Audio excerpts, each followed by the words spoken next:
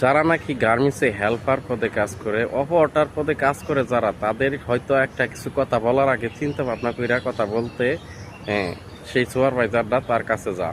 কিন্তু একটা অসহায় হেল্পারের কাছে গেতে কিন্তু ওই helper, line chief, supervisor, APM এরা কিন্তু দ্বিধাবোধ করে না। এদের মুখ দিয়ে যা আসে তাই বলে, এদের মুখের ভাষার কোনো সিরিয়াল নাই। এতটা আমি অসহায়জনক একটা নর্মালিং চাকরি মনে করি, সেটা হচ্ছে গার্মেন্টসের হেল্পারের চাকরি।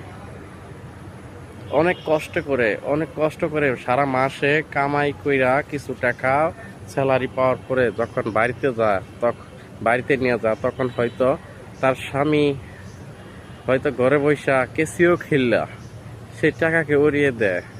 আমাদের গার্মেন্টস শ্রমিকদের অধিক অংশই কিন্তু এই রোগে আক্রান্ত হয়ে আছে, যে ঘরের বউকে দিয়ে গার্মেন্টসে চাকরি করাইয়া কিছু টাকা যখন পায়, সেই টাকা দিয়া কেঁচুয়া খেললে সেই টাকাকে নষ্ট করে ফেলে। সেই বউ যদি কিছু বলতে যা, তার প্রতি খুবই অ্যাকশন নেওয়া শুরু হয়ে যায়।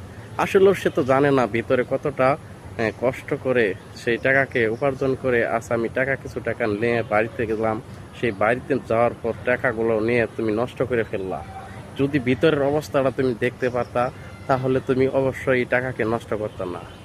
1 ঘন্টা সুতা কাটতে যদি কষ্ট হয়, কম হয়ে যায়, তো কি বলবো, বকার যে একটা ভাষা, সেই ভাষাটা কিন্তু হারিয়ে ফেলে তারা। তখন চোখের পানি ঝেড়ে ঝেড়ে তারা কাজ করে।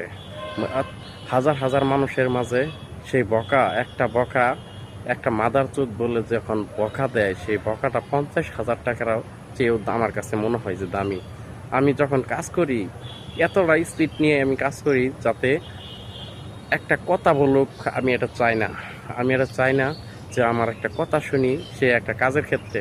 তাই আমি আমার শরীরের ঘাম জড়িয়ে হলেও আমি সেই কামকে তার সম্পন্ন করতে আগ্রহ থাকি। এই বলে আমি শেষ করছি। যারা নাকি গার্মেন্টসের হেল্পারি কাজ করে, তাদের মতো অসহায়জনক আর কাজ নেই, তাদের মতো অসহায় চাকরি আর কিছু নেই। এই বলে শেষ করছি। সকলে ভালো থাকবেন। আসসালামু আলাইকুম।